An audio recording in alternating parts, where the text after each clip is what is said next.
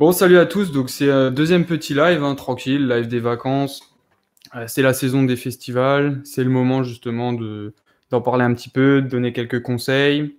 On va aussi, voilà, j'ai mis derrière moi un petit tableau aussi des combinaisons. On va en discuter tranquillement. Bon, j'ai vu que c'est à la webcam, la qualité est pas super, du coup, c'est trop loin. On voit pas trop, je vais essayer de le rapprocher un peu. C'est un petit peu mieux.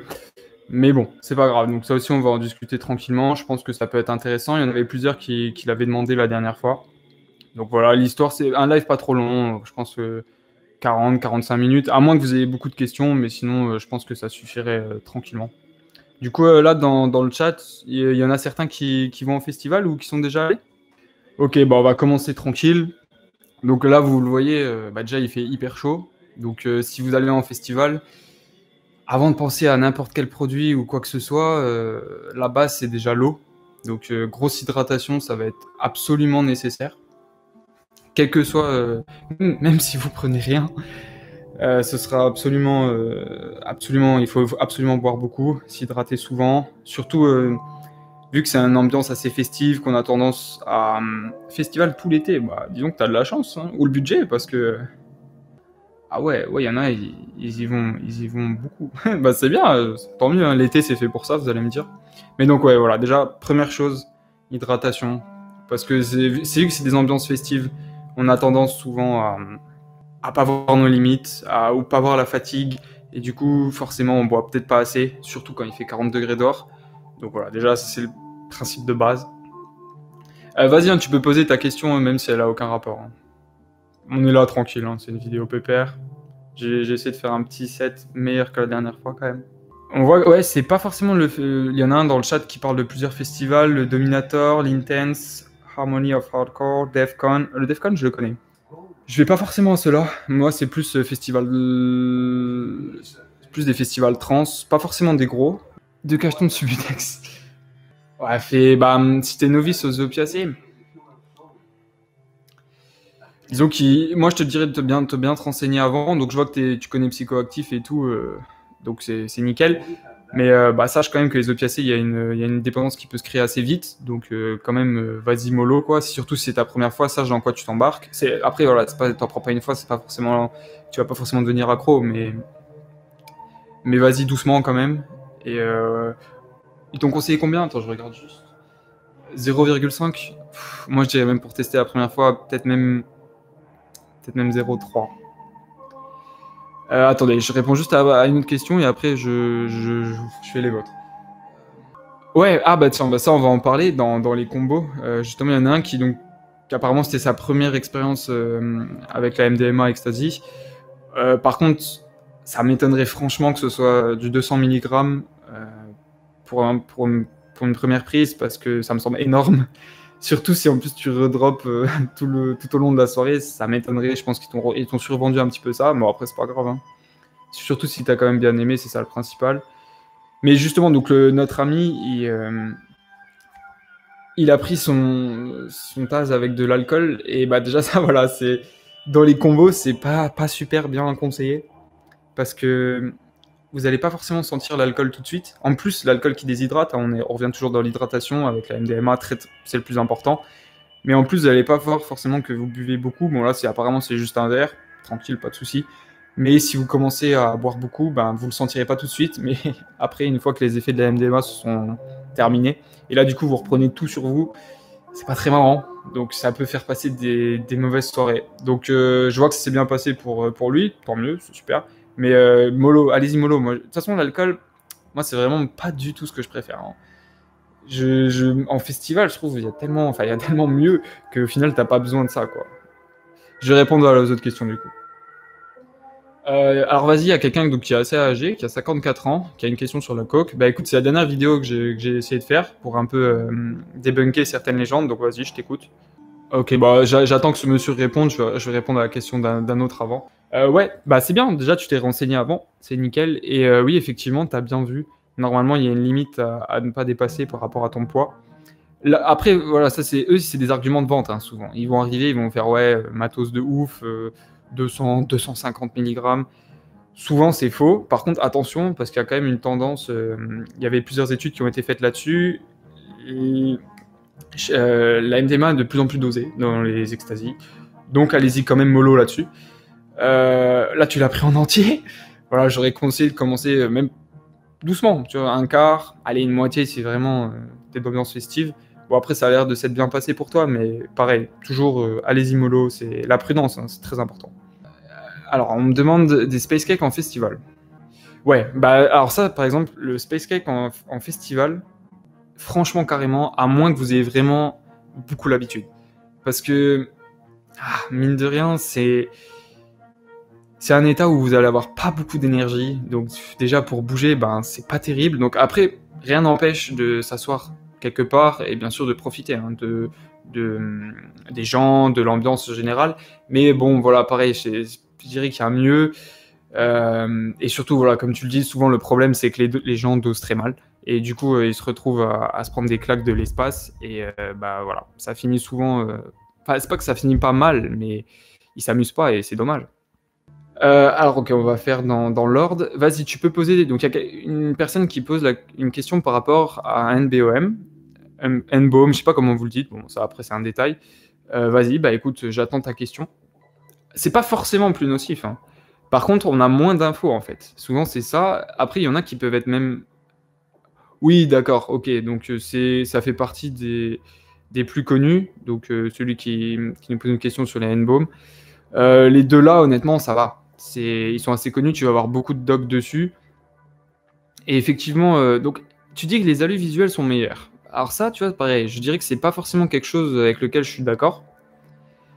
Il y a quelqu'un qui demande ce que c'est un RC, c'est un Research Chemical. En gros, ils vont prendre des drogues de base et ils vont modifier légèrement la molécule pour pouvoir en fait la vendre légalement et qu'elle ne soit pas interdite. Et après, au fur et à mesure, ils vont l'interdire. Donc voilà, comme je disais, certains disent que les RC vont avoir des meilleures hallucinations, par exemple, que le LSD, ce qui est pas forcément faux. Mais pour moi, honnêtement, ça dépend desquels. Mais par exemple, avec ceux que tu nous cites, c'est vraiment très similaire. Enfin, similaire, non, pas forcément. Ça dépend bien sûr du set and setting, aussi de comment nous on réagit, de notre état d'esprit. Mais c'est pas forcément meilleur. Ça peut être différent. Mais par exemple, un des plus connus, qui s'apparente au LSD, c'est le 1-LSD, qui ensuite est métabolisé dans l'organisme en LSD normal. Et certains vont faire une différence par rapport à la molécule de base, alors qu'honnêtement, c'est pas prouvé scientifiquement, mais il y a vraiment très peu de différence. Donc du coup, je vais répondre à la question maintenant de notre ami qui avait 54 ans. Donc c'est quelqu'un qui me demande si un demi-gramme de coke en une semaine, c'est beaucoup. Bah là encore, en fait, ça va dépendre des profils. T'en as pour qui ça va être pas grand-chose, qui vont pouvoir même faire ça en une soirée, voire plus. Mais si c'est quelqu'un qui approche la molécule pour les premières fois, c'est pas mal déjà. Et après, donc là aussi, hein, bien sûr, vous êtes grand, hein, je vais pas vous donner de leçons, mais on sait que c'est un produit qui a un potentiel addictif assez élevé, donc y aller doucement, quoi.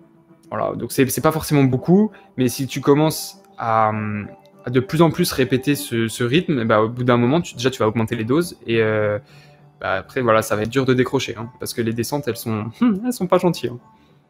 Alors, oui, donc on a une autre question sur la MDMA. On me demande s'il y a plus de risques d'en prendre jeune, donc par exemple avant d'être majeur, plutôt qu'à l'âge adulte. Alors oui, effectivement, parce que donc bien sûr, la MDMA est neurotoxique. Il existe plusieurs solutions pour essayer de diminuer cette neurotoxicité. Donc on en avait déjà un petit peu parlé, c'était avec les antioxydants, donc la vitamine C, en s'hydratant beaucoup, temps de repos adéquat. Il existe certaines molécules qui apparemment permettrait de réduire la neurotoxicité, mais pareil, là, ça va être de l'automédication parce qu'il n'y a aucune étude vraiment concrète sur le sujet. Donc, bon, voilà, ça existe, mais je recommande avec prudence. Même je recommande pas. Si vraiment vous souhaitez tenter, bon, bah, vous êtes libre, mais faut savoir qu'il n'y a aucun médecin qui a prouvé ça. Donc, je te dirais, à 15 ans, honnêtement, bah bon, là, voilà, je donne pas de leçons, hein, je juge pas ni rien. Donc si vraiment tu le souhaites, bah, bon, bah, de toute façon tu l'as déjà fait apparemment. Mais oui, il faut savoir qu'effectivement les effets neurotoxiques ils peuvent être plus importants. Alors, on a eu quelqu'un qui apparemment a eu des grosses alus avec un Taz. Ses deux amis aussi en ayant pris le même. Bon, après, il précise la forme, donc ça, déjà, honnêtement, ça veut rien dire parce que entre deux presses, tu peux avoir un produit complètement différent, donc faut pas se baser là-dessus. Et déjà, alors soit il était très très très dosé, parce que donc à haute dose, la MDMA peut donner des hallucinations, mais honnêtement, je ne pense pas, et du coup, il devait être coupé à un RC. Lequel, alors là c'est tout de suite.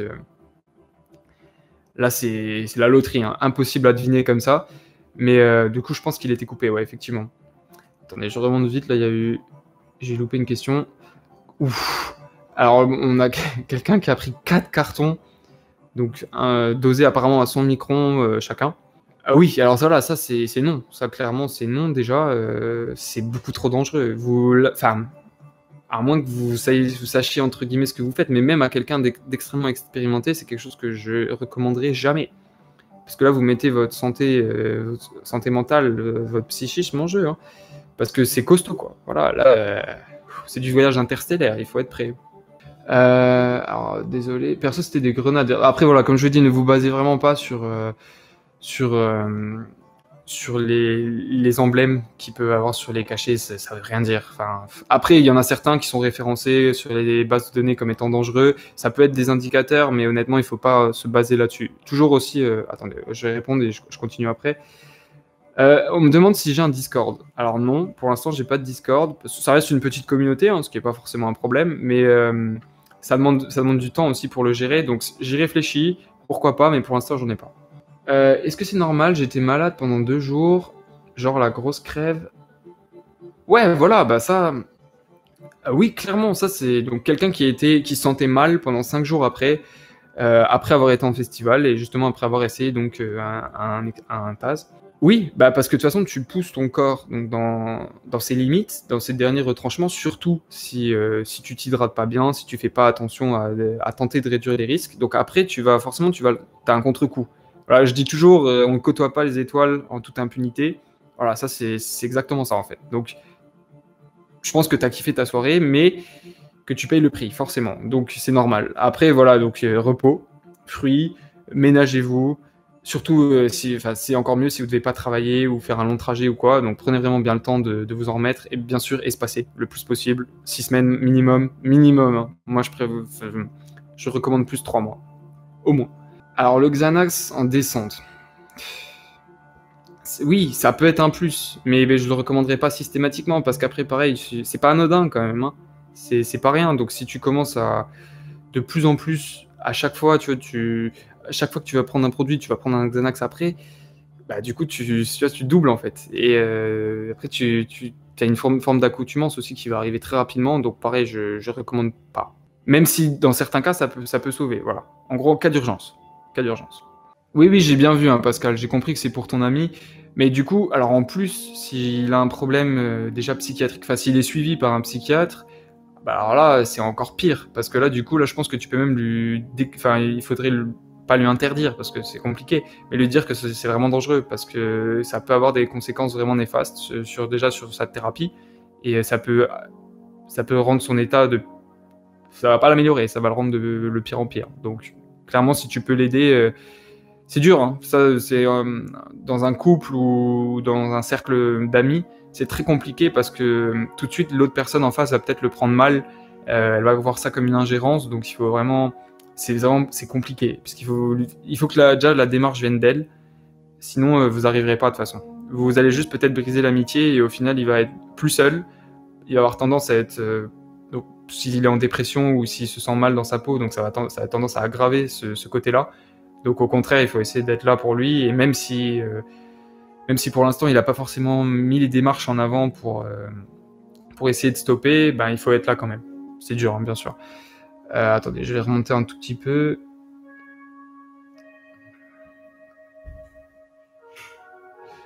Oui, alors on a une fille, je crois que c'est une fille. Oui, oui, c'est bien, donc c'est une jeune, enfin je ne sais pas si elle est jeune d'ailleurs, mais du coup qui a testé alors apparemment à plusieurs reprises donc un TAS. Donc c'est bien, elle l'a fait en mode RDR, une moitié d'abord, puis l'autre. Bon d'ailleurs, une moitié aurait pu suffire, hein. Alors, est-ce que ça peut couper les jambes? Oui, C'est un des effets de la MDMA, donc il y a de fortes chances que tu ne te sois pas fait avoir et que c'en était vraiment un. Par contre, du coup, vu que tu me dis que tu t'es senti mal aussi, je pense que c'est peut-être quelque chose qui n'est pas fait pour toi. Et par contre, le fait de couper les jambes, c'est normal. Mais par contre, que tu ne sentes mal, non. Donc c'est pas forcément un bad, mais c'est un état, je dirais, intermédiaire. Donc si en plus tu as essayé plusieurs fois et que ça t'a fait la même chose, bon bah je pense que tu sais que maintenant ça sert à rien de persister. Ok, alors donc cette fois-ci, alors vous voyez là on me demande par exemple pour une première expérience un dosage au LSD pour quelqu'un qui pèse 50 kilos. Mais c'est dur pour moi parce que je vais jamais recommander, vous voyez, c'est à quelqu'un de faire sa première prise avec telle quantité parce qu'imaginez que ça se passe mal, après bah, moi déjà je vais faire oh mince quand même, tu vois, je l'ai conseillé et je l'ai mal conseillé. Donc ça peut dépendre. Donc franchement, vraiment quelque chose de tout petit, juste pour voir, je dirais 25 microns. Voilà.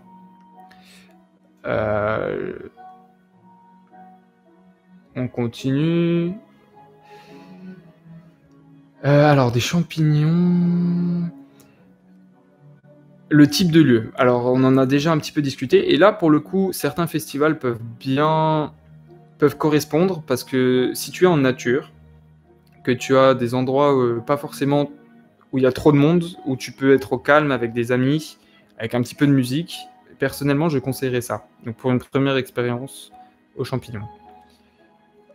Surtout si en plus tu as un sitter et donc que tu n'es pas tout seul, que tu es dans un cadre où tu te sens bien avec des amis, donc je dirais vraiment un milieu naturel. Si en forêt, c'est nickel, une clairière ou quelque chose comme ça.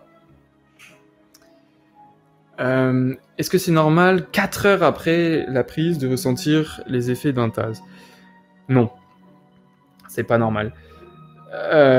Normalement, quand même, c'est entre une demi-heure, 1 heure maximum. Après, si tu as beaucoup mangé, ça peut... Ouais, voilà, on dit ça dépend si tu es à jeun ou pas, tout à fait. Ça peut monter jusqu'à 2 heures, mais 4, ça fait vraiment beaucoup. Ça fait vraiment beaucoup, donc je dirais que non, c'est pas normal.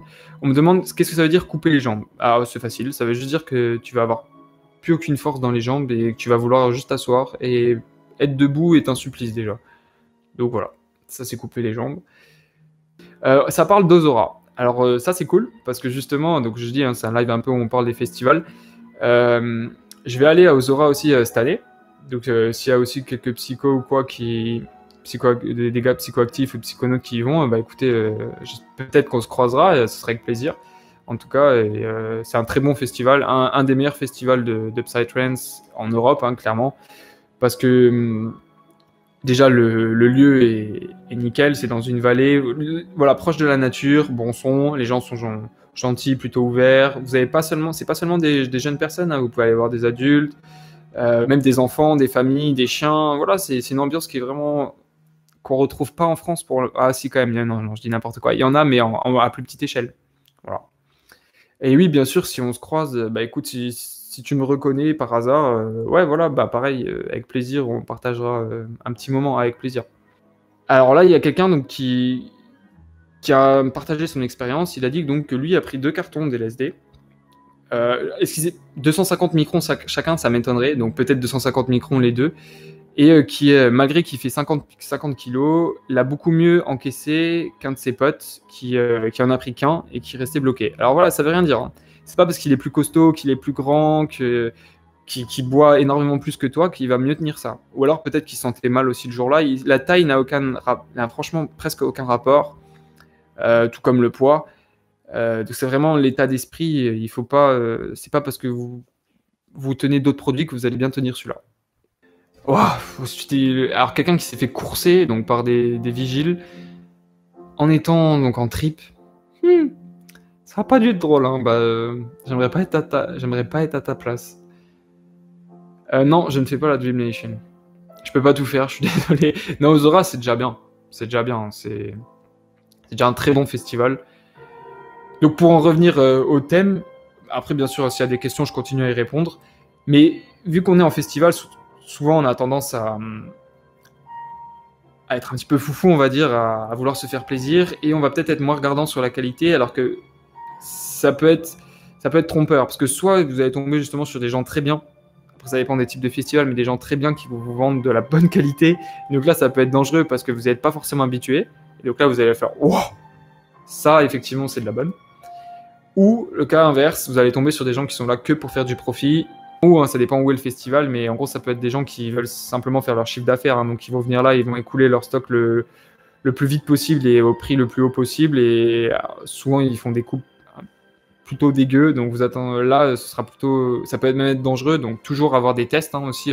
En festival, c'est une règle d'or, même s'il n'y a pas beaucoup qui le font, mais si vous pouvez tester vos produits, c'est la meilleure chose à faire.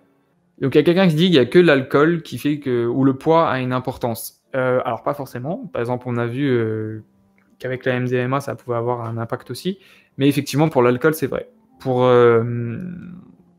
les psychotropes, non, c'est complètement faux, pour les dissos c'est pareil, pour plein d'autres aussi. Je regarde s'il y a une autre question. Alors, ça, c'est intéressant. Je crois qu'on en avait déjà un petit peu parlé, mais donc il y a quelqu'un qui a eu un bad avec des champis. Tout à fait possible, ça peut arriver, ça fait partie des règles du jeu. Mais ce qui est dommage, non, c'est pas dommage, mais souvent les gens, ça peut les bloquer. C'est-à-dire, ça leur a fait tellement peur, ou ils ont vécu une expérience tellement traumatisante, qu'au final, ils veulent plus réessayer. Ils vont vraiment se fermer à toute nouvelle tentative, alors que ça peut juste vouloir dire que le moment n'était pas adapté, qu'ils n'étaient pas dans un environnement adapté, ou peut-être qu'ils en ont trop pris aussi. Il n'y a rien qui vous oblige aussi à reprendre les mêmes doses. Vous pouvez en reprendre beaucoup, beaucoup, beaucoup moins, et vous pouvez toujours ressentir les effets, et peut-être des effets plus positifs, qui vous emmèneront certes moins loin, mais qui vous feront vous sentir bien. Et je pense que c'est ça aussi le plus important. Après, c'est vrai que aussi pour la majorité des produits, votre organisme au fur et à mesure va quand même s'habituer aux effets, à l'accoutumance, et donc vous allez développer une tolérance. Pas forcément pour tous, mais pour certains c'est le cas. Et donc là là encore le poids en fait et la taille n'a rien à voir, mais c'est juste que c'est plus que vous avez habitué votre organisme. Donc ça c'est possible aussi. Donc on retourne à nos festivals. Qu'est-ce que je pourrais dire d'autre? Donc j'ai parlé des vendeurs un petit peu à la sauvette, donc faire attention. C'est pas forcément mauvais, mais faire attention. Je ferai plutôt confiance aux personnes qui sont soit aussi dans les campings ou peut-être des proches à vous, ou alors que vous rencontrez par hasard. Souvent, personnellement, je pense que c'est la meilleure chose à faire plutôt que par exemple de l'acheter directement sur la scène ou quoi. Ça, je déconseillerais plutôt. Donc bien sûr, prendre du temps de récupération et voilà les fameux combos. Donc les combos. Donc, je l'ai déjà dit, mais je le redis, l'alcool, mine de rien, est vraiment à pas associer avec beaucoup de produits. Donc, ce petit tableau, on le voit pas très bien d'ici, mais on en avait déjà parlé dans le premier live, c'est celui que vous pouvez retrouver sur Tripsit, qui est donc un site qui va donner des conseils pour les usagers, et qui a notamment fait une synthèse donc des combos. Donc c'est un tableau à double entrée, c'est plutôt simple, vous pouvez voir, par exemple, si vous prenez une ligne avec une colonne, voilà, vous allez avoir l'interaction entre les deux produits. Et donc, il y a déjà des absolument à ne pas faire. Donc vous avez un code couleur aussi, donc les cases rouges, ça va être vraiment absolument à ne pas faire. Les oranges, orange foncé, ça va être vraiment, c'est pas recommandé du tout. Orange clair, ça va être déconseillé, mais suivant certaines circonstances, voilà. Et vert, ça va être plutôt positif. Et après, on va avoir vert, en gros, qui vont potentialiser, et vert qui vont réduire les effets. Voilà, et donc, par exemple, les antidépresseurs, effectivement, sont dans le tableau, et c'est vrai que ils font partie des combos les plus nocifs. Surtout, donc, parce que c'est des recaptureurs de la sérotonine, et donc avec les drogues qui vont agir sur le système dopaminergique et sérotoninergique, c'est complètement à déconseiller. Donc si vous êtes sous antidépresseur, surtout ne consommez pas. Enfin, en tout cas, pas MDMA, cocaïne, kétamine. Je regarde juste les questions rapidement. Ah, crack mauvais bail en termes d'addiction, oui, carrément. Donc ça, je l'ai dit tout à l'heure, mais c'est les descentes, le craving, il va être très très très important. Donc je déconseille. Je déconseille clairement. Enfin, sauf si vous le voulez vraiment. Pareil, on ne juge pas, mais il faut savoir que l'addiction peut être très importante. Alors certaines questions sont coupées, donc attendez, pour se taper un trip, ne prenez pas ça. Ouais, très juste. Donc un festival, ça peut paraître parfait parce que donc vous avez du son. Souvent, c'est un endroit où il va quand même avoir de la décoration, où il va y avoir du monde. Mais justement aussi, à cause de ce monde, à cause de votre état de fatigue, vous n'êtes pas dans un lieu qui vous est si familier, parce que bon, même si vous êtes déjà venu plusieurs fois, je pense pas que vous habitez là-bas toute l'année. Donc mine de rien, prenez vraiment pas ça à la légère. Et surtout, en fait, toujours la prudence, connaissez vos limites. Par exemple, si une soirée, vous décidez de réaliser une expérience, un trip, ne recommencez pas forcément tous les jours, même si ça s'est bien passé, parce que c'est là où, en fait, où après, avec l'état de fatigue, où on recommence, où on va redrop, et c'est là où après on peut arriver à nos limites et où on va passer des sales moments, quoi. Je regarde si j'ai loupé quelque chose. Voilà, donc quelqu'un qui le répète, mais on va le dire encore. Donc les antidépresseurs avec tout ce qui est benzo, alcool, kétamine, morphine, héroïne, tout ça c'est vraiment à déconseiller totalement. Ça c'est même pas, voilà, il y a même pas à discuter, c'est non, parce que vous pouvez mettre votre vie en danger. Alors on me pose, il y a une question qui concerne les retours d'acide avec la MDMA. Ben déjà, il y a un problème, parce qu'en fait, le terme retour d'acide, à la base, il a été créé pour le LSD, principalement, même si, bien sûr, il peut être possible avec d'autres RC, mais vu que la MDMA n'est pas considérée comme un acide, ça n'existe pas. Par contre, est-ce que tu peux avoir des retours d'effet? Là, par contre, la réponse est oui. C'est pas, je l'avais déjà dit, mais c'est pas forcément prouvé pour l'instant, mais il y a tellement de témoignages qui vont dans le sens là que c'est dur à dire non catégoriquement. Donc, j'ai envie de dire, on n'est pas encore sûr, mais il y a de fortes chances que ça existe, que ce phénomène existe. Ça, oui, c'est une très bonne recommandation parce que du coup, donc c'est quelqu'un qui dit que dans un festival, si vous comptez prendre un psychotrope, il peut être très important d'avoir un benzo sur soi. Oui, parce que en cas d'urgence, en cas de mauvais trip, en cas de bad trip, le benzo va vous calmer, va faire redescendre l'intensité du trip, vous allez revenir sur terre, vous allez être de nouveau pas complètement maître, mais vous allez reprendre vos esprits, donc ça peut clairement vous sauver de plusieurs heures de, pas de souffrance, mais de pénible, on va dire. Tac. C'est normal de sentir craquer ses dents quand on prend des champottes. Oui, c'est un phénomène qui peut être possible, qui est quand même beaucoup plus fréquent avec des amphétamines qu'avec les champignons, mais je pense que c'est aussi possible avec les champignons. Mon meilleur conseil dans le cas là, c'est des chewing-gums, tout simplement. Et si vraiment c'est des problèmes de mâchoire récurrents, il faut aller voir un professionnel, des dentistes, quoi. Sinon, c'est peut-être aussi, vous avez peut-être quelque chose dans votre mâchoire qui fait que ça bloque. Ce que je pense du CBD. Alors, c'est pas étonnant, je crois, mais j'ai vraiment un avis très positif là-dessus, parce que donc le CBD que vous allez retrouver aussi dans le cannabis, donc dans certaines sortes, il sera en plus forte concentration ou non, et clairement, il n'a pas d'effet psychoactif, il n'a que des effets relaxants, que ce soit au niveau des muscles ou aussi au niveau de l'esprit. Donc j'ai plutôt un avis très positif là-dessus, et je pense que dans un avenir plus ou moins lointain, on devrait le retrouver en Europe en vente légale et contrôlée, j'espère. Donc plutôt très positif. Est-ce qu'on peut faire... Ah oui, je pense qu'on peut faire une mort de Lego avec du cannabis, mais déjà à des doses qui sont soit en ingéré, et donc en space cake par exemple, où là je pense que ça peut venir beaucoup plus rapidement, ou sinon il faut déjà avoir un sacré rythme, hein. Il faut déjà en fumer beaucoup. Space Cake plus fort qu'un joint, oui, c'est là-dessus il n'y a pas de doute, c'est vraiment plus fort. Enfin, ça dépend bien sûr comment tu doses toujours, mais les effets en ingéré sont déjà plus psychédéliques et ils durent plus longtemps et souvent ils sont plus forts.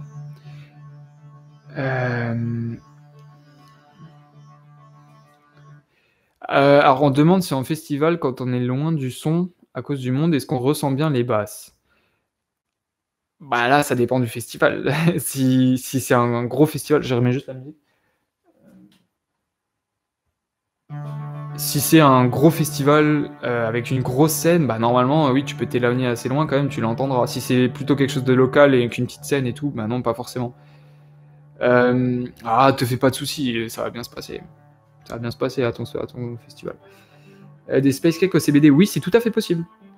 D'ailleurs, donc dans notre vidéo, on l'a pas forcément précisé, mais du coup, si vous voulez faire des space cakes au CBD, il suffit de faire cuire par rapport au tableau à un temps de cuisson plus élevé, et du coup, vous allez transformer votre THC qui est donc psychoactif en CBD.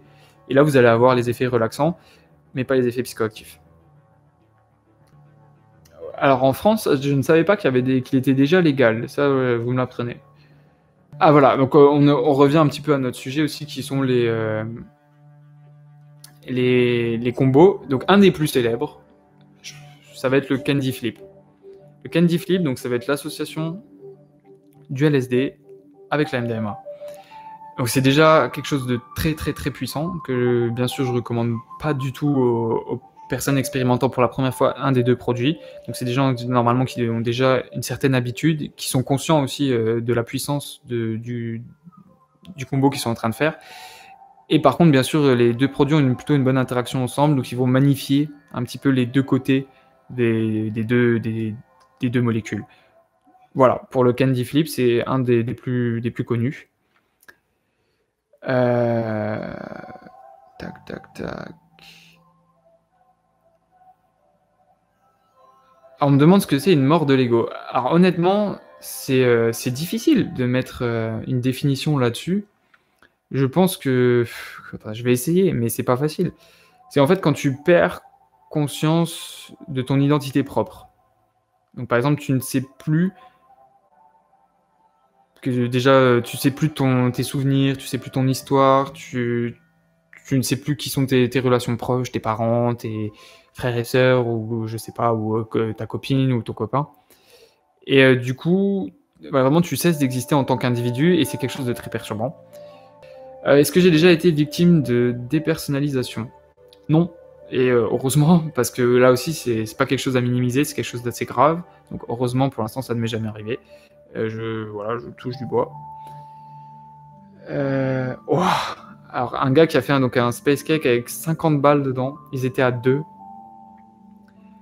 Ça a dû être horrible. Honnêtement, ça a dû être horrible, parce que souvent, les gens, ils minimisent la puissance des space cakes, et là, vous êtes parti dans l'espace. Voilà, avec le weed, avec le cannabis ingéré, c'est des tripes qui s'apparentent un petit peu déjà à des psychotropes pour moi, presque. Hein. Pas forcément la même puissance, mais c'est déjà une première approche. Et quand on n'est pas prêt, quand on ne sait pas ce qui va arriver, bah voilà, là on passe pas un bon moment, ça se passe pas bien. Et tu viens de le dire, c'était 2 jours, 2 jours de tripes épuisants, effectivement, c'est beaucoup. Ok, donc on revient à nos histoires de combo. Donc je me renseignais un peu, j'ai lu pas mal de sujets sur psychoactifs là ces derniers jours, et y en a un qui fait débat, c'est celui avec la kétamine et le GHB et GBL. Il est marqué en déconseillé sur le tableau. Par contre, donc il y avait un gars qui s'y connaissait plutôt bien, je pense qu'il avait un background médical qui disait qu'en fait ça dépendait des quantités. Mais parce qu'apparemment certains anesthésistes utilisent les deux ou des produits qui s'y rapprochent très fortement donc dans leur métier tous les jours. Donc lui il disait que c'était pas forcément si dangereux, mais moi par prudence je vous le conseillerais pas non plus. Donc kétamine, GBL, GHB et GBL, je dirais non. Ou alors vraiment à très très très très petite quantité. Je regarde vite fait. Est-ce que c'est possible de faire des space cakes avec des petites doses? Bah ouais, non, bien sûr, c'est possible, ouais. Tu peux faire, hein, y a aucun problème. Après, ça dépend de la taille du gâteau, mais même si tu fais avec des petites doses, bah les effets vont être plus faibles, ce qui est pas un problème. Hein. Voilà, il faut. Je sais que souvent les gens ils ont peur en fait, ils ont peur que ça marche pas. Du coup, ils en mettent trop et puis après ils ont des mauvaises surprises. Alors que des fois, t'en mets pas forcément beaucoup, ça a son petit effet sympathique et ça se passe bien, pas de problème, c'est même mieux comme ça. Manger du chocolat avant la MDMA, ouf, ouais, ça honnêtement, je ne sais pas. Là-dessus, je m'avancerai pas, c'est quelque chose que je sais pas. Voilà, donc ça c'est bien, il y a quelqu'un qui explique qu'il avait réalisé un Space Milk. Donc il a fait du lait chaud, je pense. Normalement du lait entier d'ailleurs, parce que sinon le lait demi-écrémé n'est pas assez gras. Mais avec une forte dose en CBD. Et par contre, il dit que ça a quand même été balèze. En même temps, il a mis 4 grammes pour lui tout seul, donc c'est énorme. Donc là, voilà, c'est trop. Encore une fois, quelqu'un qui met trop. Mais par contre, à faible dose, voilà, le CBD, ça va être très bien pour vous relaxer. Et même pour le tonus musculaire, même pour le corps, ça a des effets positifs.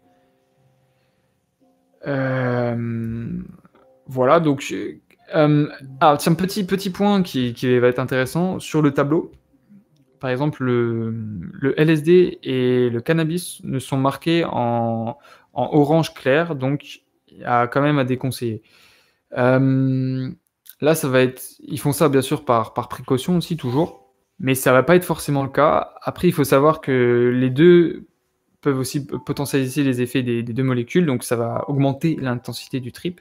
Et en sachant que déjà certaines personnes peuvent avoir des problèmes de paranoïa avec le cannabis, bien sûr, le fait de le coupler au LSD, ça va pas forcément améliorer les choses. Par contre, d'expérience, je sais que en redescente, j'ai déjà vu, voilà, que là, par exemple, fumer un joint peut être très positif par rapport à la redescente. Je regarde vite fait ce qui se dit.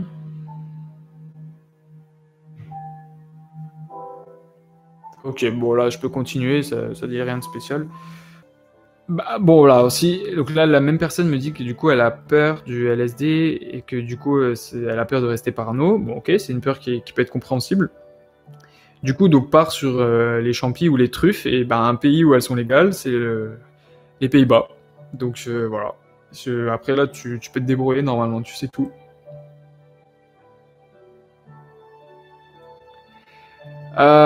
Justement, c'est un live, donc il y a quelqu'un qui, c'est une question intéressante auquel j'ai déjà répondu,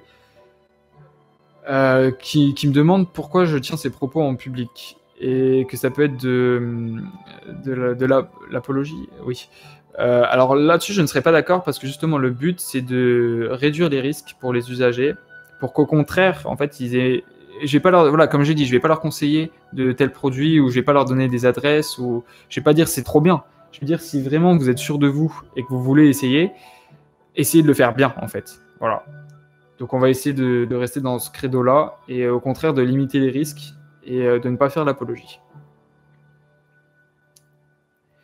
Champi, bœuf, oui, c'est un bon combo. De toute façon, donc voilà, donc le cannabis, bien que tout à l'heure on a dit qu'avec le LSD il était marqué en orange clair, c'est quand même quelque chose qui va quasiment aller avec tout, qui va avoir une bonne association. Donc c'est un des combos aussi les plus répandus parce qu'il est plutôt safe, il marche plutôt bien, il n'y a pas d'effet forcément négatif, donc voilà, c'est un qui marche très bien, qui est assez célèbre.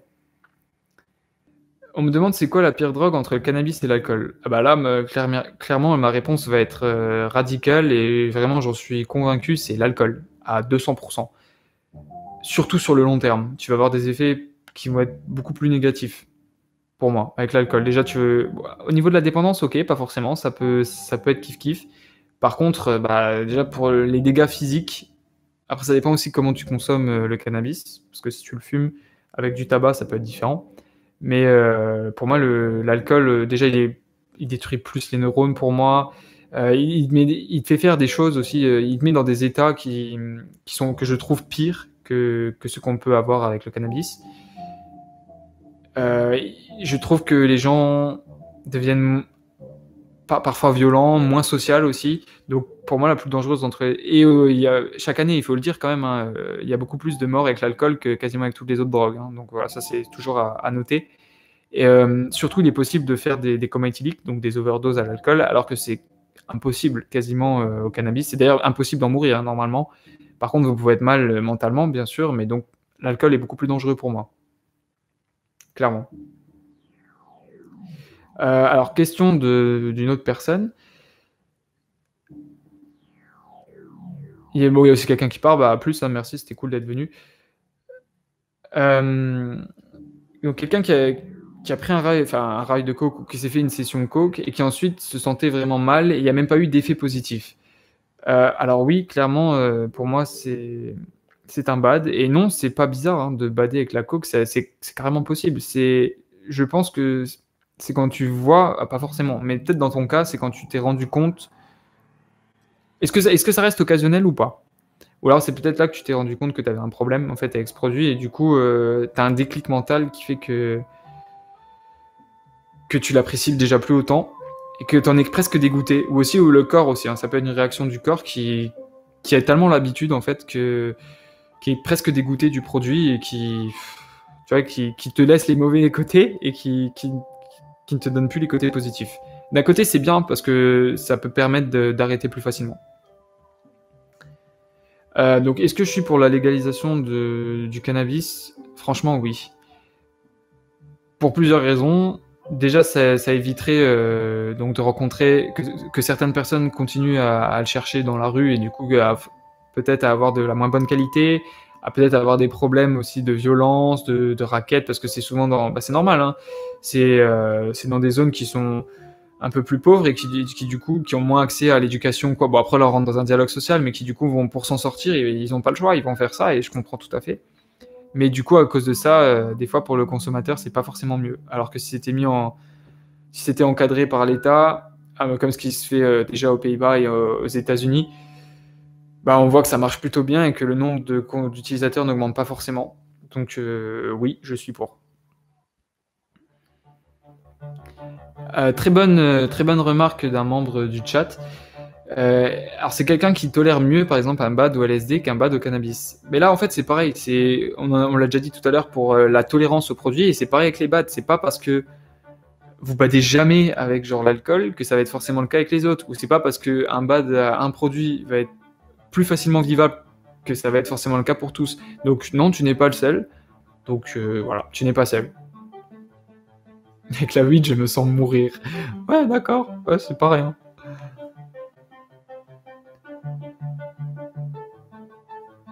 Expérience de K-Hole. Ouais, mais c'est trop long et je pense pas que ce sera intéressant et tu peux en trouver franchement des beaucoup mieux sur le net. Donc là-dessus, je te dirais, je suis psychoactif. Il y en a d'ailleurs, il y a un usager qui a fait un dossier complet dessus où vraiment il dissèque les effets de la kétamine. Bah, c'est top quoi. C'est un des meilleurs, franchement, c'est un des meilleurs topics du site, je pense. Donc je te redirige là-dessus. Est-ce que les gros kits sont légaux en France? C'est une excellente question. Je crois que les gros kits sont légaux, mais une fois que tu les as fait pousser, une fois que tu les as utilisés, le produit fini ne l'est pas. À vérifier, je suis pas sûr de moi.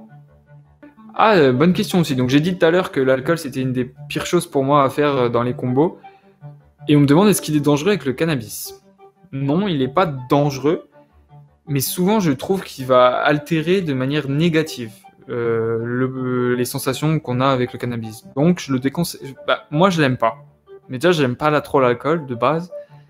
Donc même avec le cannabis, je dirais que c'est pas cool. Mais après il y a tellement de monde qui le fait que je pense qu'il y en a qui y trouvent leur compte. Donc il n'y a pas de risque important, mais moi je trouve que c'est dommage. Ça gâche en fait. Ça gâche des effets que je trouve meilleurs. Non, parce qu'il y a quelqu'un qui dit ça rend juste débile. Non, non, je suis pas d'accord. Mais ça, ouais, enfin, de toute façon, l'alcool, je trouve que ça met les gens dans des états qui sont déplorables. Enfin, sauf si bien sûr ça reste modéré, mais si c'est trop exagéré, ouais, clairement, pour moi, il vaut mieux être sous cannabis que sous alcool. Ah, le tramadol. J'ai jamais essayé personnellement, donc par contre, je me suis un petit peu renseigné. C'est un produit qui est assez dangereux quand même, donc je le conseille pas. Mélange avec cannabis. Je vois pas de contre-indication majeure, donc c'est pas un combo que je considère comme nocif, donc on va dire pourquoi pas. Alors, waouh, là, ça reprend aussi une vidéo que j'avais fait sur la datura, parce que on a un gars qui a de la datura dans son jardin, qui a essayé, mais qui apparemment n'a eu aucun effet. Par contre, c'est normal. Quoique, non, si les feuilles sont aussi psychoactives, mais la force principale de la plante réside dans les graines. Donc peut-être que tu as pu échapper au pire, il y en a qui aiment ça, hein, mais que tu as pu échapper aux tripes de cette manière. Bon, après, t'es pas forcément inconsciente, hein, il y en a qui le veulent, il y en a qui essayent, mais clairement, moi je recommande pas non plus. C'est pas cool. Ouais, voilà, tout à fait. Il y a quelqu'un qui dit le combo, donc alcool-cannabis, fait que l'un inhibe l'autre. Alors encore, je trouve que ça dépend des gens et ça dépend des cas, mais du coup, soit ça te potentialise directement les effets de l'alcool et du coup, tu vas te sentir pas forcément bien, soit effectivement, ça les amoindrit et du coup, tu dois boire plus, ce qui te met plus en danger, donc pas terrible. Les champis, ça se mange comme ça tout seul.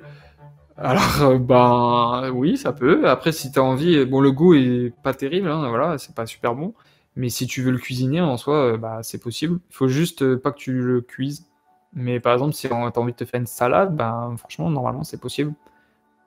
Jamais essayé, je ne sais pas. Euh, Voilà, par contre, donc, comme je dis, un tramadol, produit assez dangereux aussi, et donc qui agit sur le système sérotoninergique, donc à ne pas utiliser avec la MDMA. Il y a quelqu'un qui parle aussi d'une de ses expériences, qui apparemment, donc avec deux moitiés donc, de Taz et de la weed, qui a fait ce que moi j'appelle un white, c'est-à-dire qu'il perd il perd la fonction de ses sens. Et donc oui, c'est possible parce que je l'ai déjà vu, j'ai déjà vu ça sur plusieurs personnes, ça m'est personnellement jamais arrivé, mais souvent c'est un excès de cannabis qui va faire ça et que vous allez perdre l'utilisation de vos sens pendant un moment, ce qui est très déroutant, pas agréable du tout. Du coup, c'est possible, ça existe et j'espère que ça vous arrivera pas trop. Euh... Tac, tac. Donc là, pareil, il y a quelqu'un qui demande où est-ce qu'on peut se procurer à Paris. Là, pareil, tu vois ça, déjà, je suis pas parisien, donc je pourrais pas te répondre. Et en plus, ça, par contre, voilà, c'est quelque chose que je tiens à ne pas faire. On me demande le meilleur contexte pour un psychédélique, d'après toi. Il n'y a pas de règle générale, donc, mais il y a des choses qui sont conseillées. Avoir un zipper, avoir des personnes de confiance, être dans un environnement que tu connais, calme, on va dire que tu as tes marques, que tu connais bien. La nature peut être aussi un milieu naturel peut être aussi plutôt une bonne chose.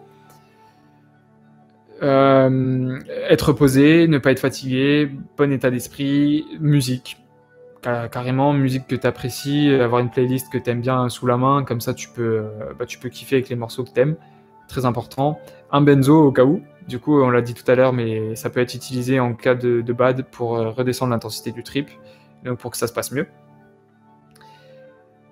Voilà, je pense que là on a un peu tout dit, et bien sûr, petite dose pour pas prendre de risques. Alors oui, il y a quelqu'un qui dit pour les champignons, c'est déconseillé de manger tout court. En fait, être à jeun, ça va potentialiser les effets, ça va les augmenter, donc ça va mieux marcher, mais du coup, ça peut être plus puissant aussi. Alors que des fois, par contre, c'est vrai que si tu manges, tu vas peut-être même rien ressentir. C'est bon, il y a aussi pas de règle générale, hein, mais donc c'est vrai qu'on recommande souvent d'être à jeun. Ah, ou alors, si vraiment tu veux pas, tu peux faire manger un petit peu. T'es pas obligé de faire un gros repas.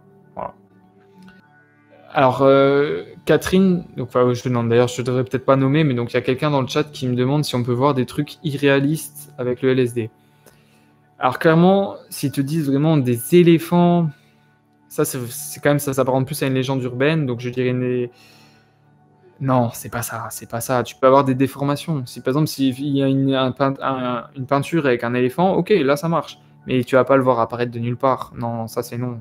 Donc toi, par contre, ce que tu me décris comme étant ton trip, ça s'apparente déjà beaucoup plus à du LSD. On me demande ce que je pense donc du combo. Donc on est toujours dans avec notre tableau, hein, du combo kétamine LSD.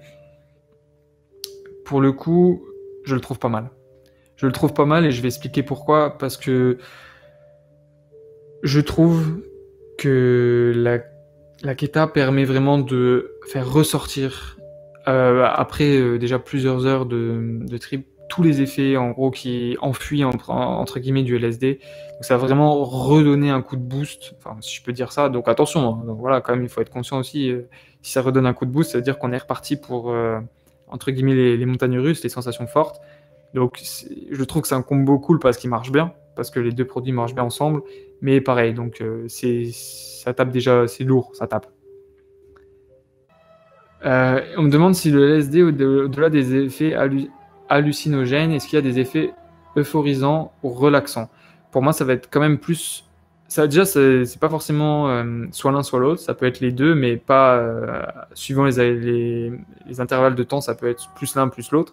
Moi, je dirais quand même plutôt euphorisant. C'est dur de. Pour moi, hein, toujours, c'est dur de rester en place. Moi, je vais avoir envie de marcher, de bouger, voilà, plutôt d'être actif physiquement, donc je dirais plutôt euphorisant. Après, peut-être que pour certaines personnes, ça peut être différent.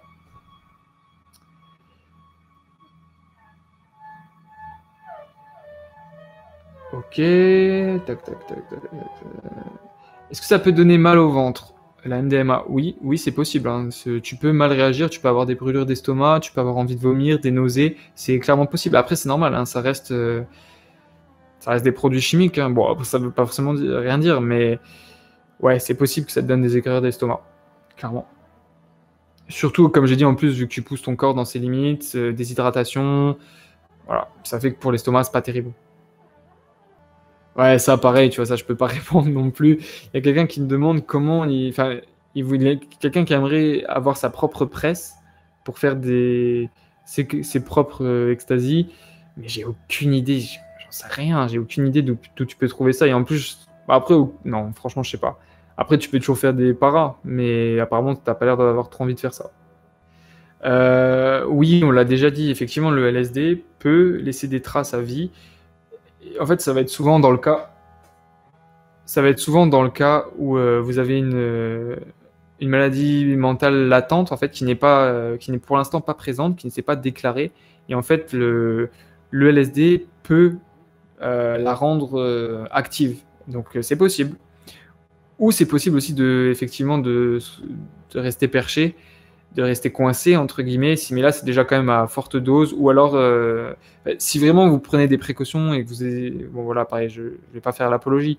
Mais à des très petites doses, c'est quand même quelque chose qui n'arrive pas normalement. Alors, il y a quelqu'un qui dit que sous LSD, il a des douleurs au niveau de la nuque et qu'il il a du mal à trouver une position confortable. Alors, bon, là aussi, ça va être du cas par cas, parce que tu me demandes si c'est normal, donc pas forcément, ça n'arrive pas à tout le monde. Mais par contre, il y a quand même un body load qui est présent. Il y a un effet sur le corps qui est pas forcément négatif, mais vous allez pas forcément vous sentir très bien. Donc, tu peux avoir des raideurs. Il y a quand même non pas sudation, mais on va transpirer pas mal. Effectivement, enfin, moi je trouve qu'on est assez tendu. Donc, d'où les raideurs. Je trouve pas ça. C'est plutôt quelque chose qu'effectivement je considère comme possible. Donc ne t'inquiète pas, c'est rien de grave. Ah oui, d'ailleurs, c'est vrai que j'ai même pas relevé, mais 6 tasses par nuit, j'espère que tu rigoles parce que c'est énorme. Donc non seulement ça a dû te défoncer le ventre, mais moi je pense plutôt à ton esprit, fais gaffe. C'est énorme, 6, non, voilà, ça, non, 6 normalement on fait pas. Le proto, on m'avait déjà demandé ça dans le premier live, après je peux de nouveau répéter, c'est quelque chose que je trouve vraiment pas terrible. Ça dure très peu de temps, neurotoxique. Le jeu, pour moi, en vaut pas la chandelle, donc je trouve pas ça terrible. Alors voilà, il y a quelqu'un qui dit qu'il va en festival cet été et que du coup il voulait en profiter pour faire une première expérience. Pourquoi pas? Mais du coup, voilà, tu l'as dit, petite dose, voilà, c'est le mot magique, donc reste là-dessus. Vraiment, n'essaie pas de vouloir chercher à tout prix l'expérience incroyable. Ça va déjà être quelque chose, donc même à petite dose, donc c'est une bonne idée. Et le candy flip, je dirais non pour une première expérience parce que bah, c'est un combo puissant, donc non. Il y a quelqu'un qui demande à quoi souvent sont coupés les TAS. Donc en plus du principe actif, donc la MDMA, souvent ça va être soit une amphétamine comme ou du speed. Ça peut être de la caféine, ça peut être un produit aussi qui n'a aucun effet, bicarbonate de soude, ça peut être bon, ça c'est les plus connus. Ça peut être aussi des produits moins sympas. J'en ai pas là en tête, mais des produits de coupe qui peuvent être nocifs. Donc là, c'est moins marrant. Wow, là aussi, bah, tiens, on est dans les combos, hein, donc c'est cool, on est toujours dans notre thème. Le combo acide protoxyde d'azote, donc jamais testé personnellement, hein, mais pour moi, ouais, je sais pas, j'ai du mal à vraiment à penser que ça peut être vraiment si bien que ça. Surtout si en plus tu me parles de 30 cartouches. Waouh, là aussi, au niveau de la tête, tu prends un coup quand même, donc je recommanderais pas. Non, avec des extasies, tu n'auras pas d'hallucination. Tu vas avoir donc un effet de bien-être, tu vas beaucoup sourire, tu vas te sentir très bien, tu vas avoir de l'énergie, tu vas ressentir le son différemment, tu vas être très empathique avec les gens autour de toi. Tu vas passer donc un bon moment, mais pas d'hallucination. Tu vois, voilà. C'est pour ça que ça a été une drogue de prédilection pour les soirées, parce que ça donne aussi beaucoup d'énergie, ça permet de danser beaucoup. Donc voilà. Là, pareil, il y a quelqu'un qui demande où est-ce qu'on peut trouver des graines pour faire pousser chez soi. Pareil, je donnerai pas de site ou d'adresse ou quoi que ce soit, mais bon, bah, normalement, avec Internet, aujourd'hui, tu peux trouver tout ce que tu veux, hein, donc j'ai dit ça, déjà, j'ai tout dit, mais je peux pas donner d'adresse particulière, désolé. Ah, mais j'ai pas dit que c'était impossible hein, d'avoir des hallucinations avec des TAS, mais il faut déjà que ce soit à haute dose, et c'est quand même pas les effets les plus courants. C'est pas une des caractéristiques propres, normalement. Ça arrive que dans des cas exceptionnels. Oh, mais si Ozone PP, si tu recherches vraiment des hallucinations, je sais pas du tout, enfin, je te conseille pas ça, quoi. Après, ça veut pas dire que ce sera pas bien, mais t'auras pas d'hallucinations. Et il y a quelqu'un qui demande est-ce que la légende des tasses Louis Vuitton, qui sont les plus dosées, est vraie? Je le redis encore une fois, les symboles sur les cachetons ne veulent absolument rien dire, donc ne vous fiez pas à ça. Peut-être que se trouve ils ont été super dosés, mais c'est pas déjà parce qu'une série l'a été que l'autre l'est forcément, qu'il y aura forcément les mêmes produits à l'intérieur. Donc clairement j'ai envie de dire non. PP encore une fois, franchement, ça se tente. Donc pareil, je ne dis pas fais-le, mais si jamais tu en as vraiment envie et que tu dois le faire, eh ben vas-y très doucement. Et bon voilà, au moins tu réduis les risques. Donc c'est pas, en fait les gens ils pensent, tu vois, une drogue n'est pas forcément dangereuse, ça dépend aussi de la quantité. Si tu prends vraiment un tout petit échantillon, bah déjà la dangerosité est différente que si tu prends une dose de cheval. Donc là aussi c'est quelque chose vraiment à prendre en compte. La dose, la quantité, c'est quelque chose d'important. Voilà, du coup je reviens sur mes combos toujours. Combo et festival. Hein. Je suis content, donc j'ai bien parlé de l'alcool qui pour moi est, voilà, comme je dis, c'est pas en festival, pourtant c'est peut-être le plus répandu et c'est celui dont je suis le moins fan, donc là voilà, je dirais encore ça. Le reste, franchement, donc si vous suivez à peu près ce que dit le tableau, normalement ça devrait bien se passer. On a parlé du cas particulier LSD cannabis, on a parlé du cas particulier LSD GBH GHB GBL, excusez-moi. On a parlé de certains combos les plus connus. Alors, nouvelle petite question, est-ce que j'aurais un conseil pour qu'on est en redescente de L pour ne pas psychoter? Oui. Bah, par exemple, en redescente, je trouve que le cannabis peut aider. Et sinon, si vraiment la redescente est très difficile, un benzo. Mais pour moi, il ne faut pas non plus associer à chaque prise de LSD un benzo. Sinon, vous allez avoir... c'est pas bien parce que vous cumulez mine de rien deux produits. Je vais en teuf dans quel département? J'ai beaucoup bougé. Pour moi, quand même, un des meilleurs endroits, ça reste Berlin. Et ouais, Berlin, c'est bien. Berlin, c'est cool. Après, c'est loin, c'est pas en France, mais c'est très bien. Et sinon, c'est vrai que voilà, et c'est ça ce que j'aime bien aussi. Je reviens sur les descentes de LSD pour continuer à répondre à ta question. C'est qu'au lieu d'associer forcément un autre médicament, donc le benzo, ce qui est encore mieux, c'est d'arriver à se créer un espèce de protocole de relaxation, de méditation. Bien sûr, c'est plus difficile, je dis pas. Donc, comme je dis, si c'est un cas d'urgence, pas de souci, le benzo, aucun problème. Mais sinon, arriver à se calmer, arriver à prendre conscience de son environnement, accepter de revenir à la réalité, c'est le mieux parce qu'au final, voilà, ça vous oblige pas à prendre autre chose et ça permet de vous calmer. Le benzo, un des exemples les plus connus, voilà, ça va être par exemple le Xanax. Voilà.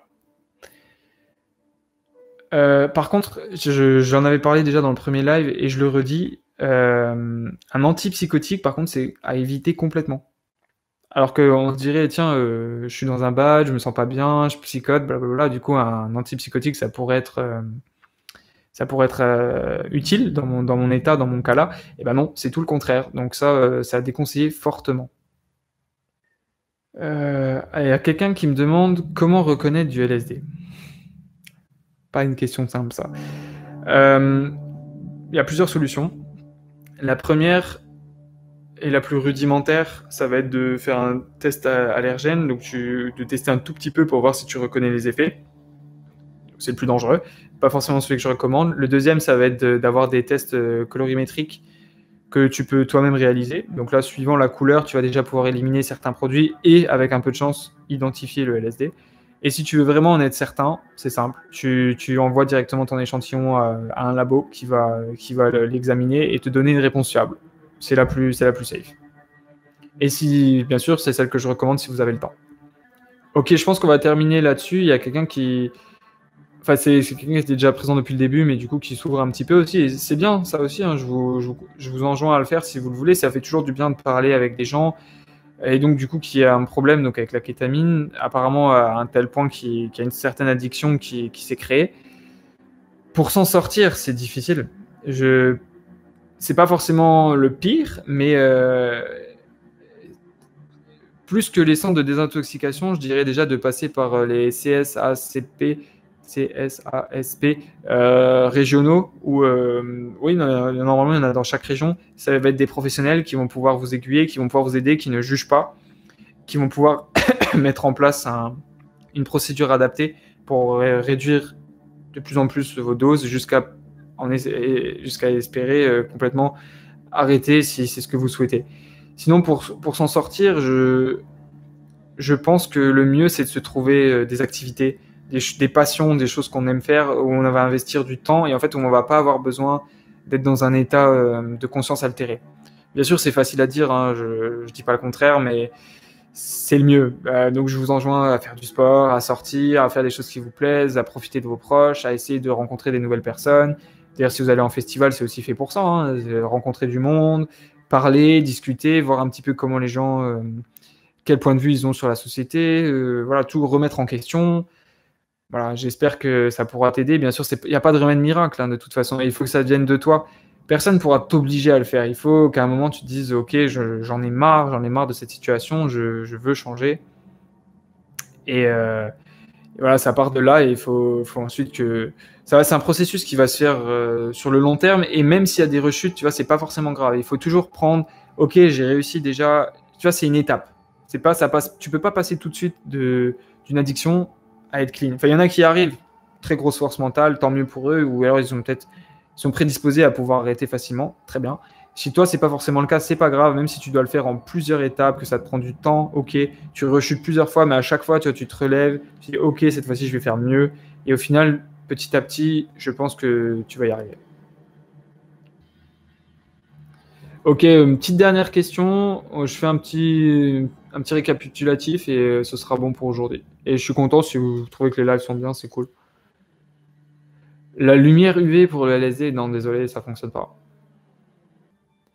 Ouais, donc le test allergène, on a répondu, c'est ça, c'est souvent très, très, très, très, vraiment une mini dose pour essayer de. En fait, ça marche plus avec l'expérience pour essayer de voir les effets et voir si tu peux les associer au produit que tu penses être. Voilà. Et ouais, le site derrière, je le redis encore une fois, de toute façon, dans la vidéo récapitulative, je mettrai sûrement le lien, donc c'est Tripsite, où vous pouvez retrouver ce tableau en anglais, en français et d'autres articles. Et sinon, je recommande toujours les communautés psychoactifs, les sites psychoactifs et psychonautes. Voilà, donc les gars, si vous allez en festival, profitez bien, profitez du son, surtout profitez des gens, c'est ça le plus important. Si vraiment, bon, voilà, vous avez envie de vous amuser, faites-le de la manière la plus safe possible. Ne poussez pas vos limites trop loin. Respectez bien votre corps, votre esprit, les molécules. Pensez pas que vous êtes plus fort qu'elles. Vraiment, le respect, il doit être là. Et voilà, je pense que j'ai à peu près dit ce que je voulais. On a parlé un petit peu des plus connus. Les autres, de toute façon, je les connais moins. Donc, à part me baser sur le tableau, je pourrais pas forcément dire autre chose. J'espère que ça vous aura plu. Et passez une bonne soirée tous. Voilà. Ciao, à la prochaine.